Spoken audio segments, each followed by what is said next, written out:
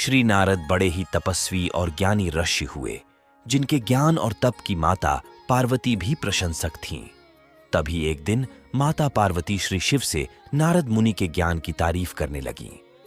शिव ने पार्वती जी को बताया कि नारद बड़े ही ज्ञानी हैं, लेकिन किसी भी चीज का अहंकार अच्छा नहीं होता है। एक बार नारद को इसी अहंकार घमंड के कारण बंदर बनना पड़ा था। यह सुनकर माता पार्वती को बहुत आश्चर्य हुआ। उन्होंने श्री शिव भगवान से पूरा कारण जानना चाहा।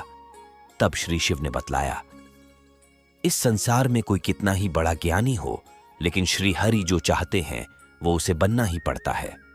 नारद को एक बार अपने इसी तप और बुद्धि का अहंकार घमंड हो गया था। इसीलिए नारद को सबक सिखाने के लिए श्री विष्णु को एक युक्ति सूझी। हिमालय पर्वत में एक बड़ी पवित्र गुफा थी। उस गुफा के निकट ही गंगा जी बहती थीं। वह परम पवित्र गुफा नारद जी को अत्यंत सुहावनी लगी। वहां पर के पर्वत, नदी और वन को देखकर उनके हृदय में श्री हरि विष्णु की भक्ति अत्यंत बलवती हो उठी और वे वहीं बैठकर तपस्या में लीन हो गए। नारद मुनि की इस तपस्या से देवराज इंद्र भयभीत हो गए कि कहीं देवर्षि नारद अपने तप के बल से उनका स्वर्ग नहीं छीन ले। इंद्र ने नारद की तपस्या भंग करने के लिए कामदेव को उनके पास भेज दिया। वहां पहुंचकर कामदेव ने अपनी माया से वसंत ऋतु को उत्पन्न कर दिया। पेड़ और पत्ते पर रंग बिरंगे फूल खिल गए, कोयले कूकने लगीं और भौंरे गुंजार करने लगे। कामाग्नि को भड़काने वाली शीतल मंद सुगंध सुहावनी हवा चलने लगी। रंभा आदि अप्सराएं नाचने लगीं, किंतु कामदेव की किसी भी माया का नारद मुनि पर कुछ भी प्रभाव नहीं पड़ेगा। तब कामदेव को डर सताने लगा कि कहीं नारद मुझे शाप न दे दें। इसलिए उन्होंने श्री नारद से क्षमा मांगी। नारद मुनि को थोड़ा भी क्रोध नहीं आया और उन्होंने कामदेव को क्षमा कर दिया। कामदेव वापस अपने लोक में चले गए। कामदेव के चले जाने पर नारद मुनि के मन में अहंकार घमंड हो गया कि मैंने कामदेव को जीत लिया। वहां से वे शिव जी के पास चले गए और उन्हें अपने कामदेव को हारने का हाल कह सुनाया। भगवान शिव समझ गए कि नारद को अहंकार हो गया है।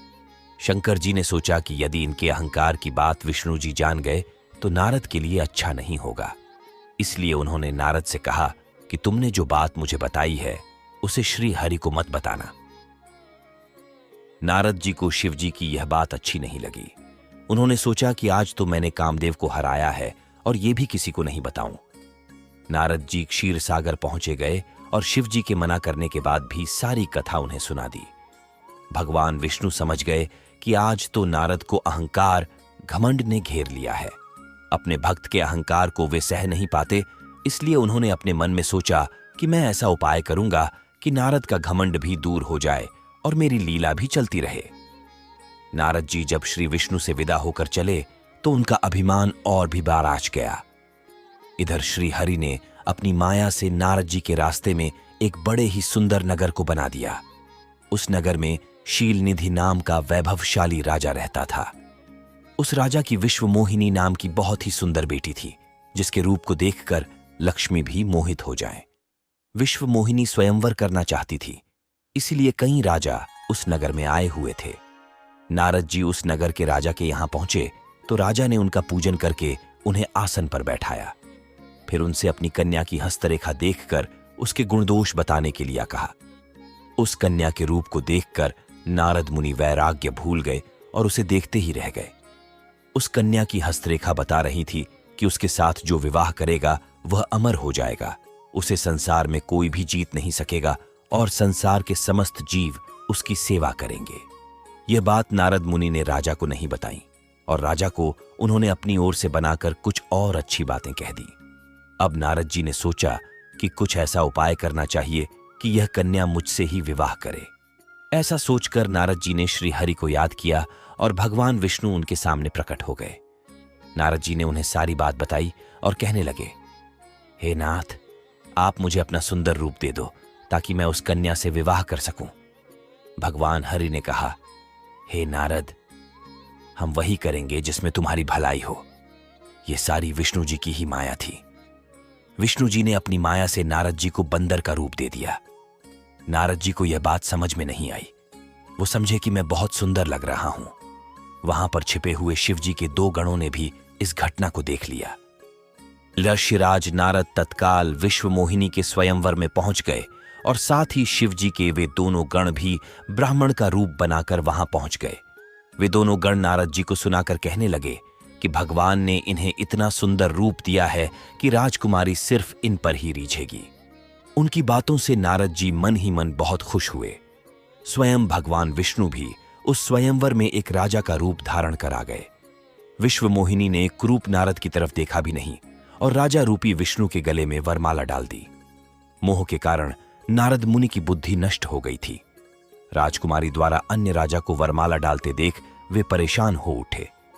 उसी समय शिव जी के गणों ने ताना कसते हुए नारद जी से कहा, जरा दर्पण में अपना मुंह तो देखिए। मुनि ने जल में झांक कर अपना मुंह देखा और अपनी कुरूपता देखकर गुस्सा हो उठे। गुस्से में आकर उन्होंने शिव जी के उन दोनों गणों को राक्षस हो जाने का शाप दे दिया। उन दोनों को शाप देने के बाद जब मुनि ने एक बार फिर से जल में अपना मुंह देखा तो उन्हें अपना असली रूप फिर से मिल चुका था। नारद जी को अपना असली रूप वापस मिल गया था, लेकिन भगवान विष्णु पर उन्हें बहुत गुस्सा आ रहा था, क्योंकि विष्णु के कारण ही उनकी बहुत ही हंसी हुई थी। वे उसी समय विष्णु जी से मिलने के लिए चल पड़े ढे। रास्ते में ही उनकी मुलाकात विष्णु जी, जिनके साथ लक्ष्मी जी और विश्व मोहिनी भी थीं, से हो गई। उन्हें देखते ही नारद जी ने कहा, आप दूसरों की खुशियां देख ही नहीं सकते। आपके भीतर तो ईर्ष्या और कपट ही भरा हुआ है। समुद्र मंथन के समय आपने श्री शिव को बावला बनाकर विष और राक्षसों को मदिरा पिला दिया और स्वयं लक्ष्मी जी और कौस्तुभ मणि को ले लिया। आप बड़े ढे धोखेबाज और मतलबी हो, हमेशा कपट का व्यवहार करते हो। हमारे साथ जो किया है उसका फल जरूर पाओगे। आपने मनुष्य रूप धारण करके विश्व मोहिनी को प्राप्त किया है, इसलिए मैं आपको शाप देता हूं कि आपको मनुष्य जन्म लेना पड़ेगा। आपने हमें स्त्री से दूर किया है, इसलिए आपको भी स्त्री से दूरी का दुख सहना पड़ी ढेगा। और आपने मुझको बंदर का रूप दिया, इसलिए आपको बंदरों से ही मदद लेना पड़ी ढे। नारद के शाप को श्री विष्णु ने पूरी तरह स्वीकार कर लिया और उन पर से अपनी माया को हटा लिया। माया के हट जाने से अपने द्वारा दिए शाप को याद कर कि नारद जी को बहुत दुख हुआ, किंतु दिया गया शाप वापस नहीं हो सकता था। इसीलिए श्री विष्णु को श्री राम के रूप में मनुष्य बनकर अवतरित होना पड़ेगा। शिव जी के उन दोनों गणों ने जब देखा कि नारद अब माया से मुक्त हो चुके हैं, तो उन्होंने नारद जी के पास आकर और उनके चरणों में गिरकर कहा, हे मुनिराज, हम दोनों शिव जी के गण हैं। हमने बहुत बड़ा अपराध किया है, जिसके कारण हमें आपसे शाप मिल चुका है। अब हमें अपने शाप से मुक्त करने की कृपा करें। नारद जी बोले, मेरा शाप झूठा नहीं हो सकता, इसलिए तुम दोनों रावण और कुंभकर्ण के रूप में महान ऐश्वर्यशाली बलवान तथा तेजवान राक्षस बनोगे और अपनी भुजाओं के बल से पूरे विश्व पर विजय प्राप्त करोगे। उसी समय भगवान विष्णु राम के रूप में मनुष्य शरीर धारण करेंगे। युद्ध में तुम दोनों उनके हाथों से मारे जाओगे और तुम्हारी मुक्ति हो जाएगी। जय श्री राधा कृष्णा। ऐसी ही और वीडियो के लिए हमारे चैनल को सब्सक्राइब करें। धन्यवाद।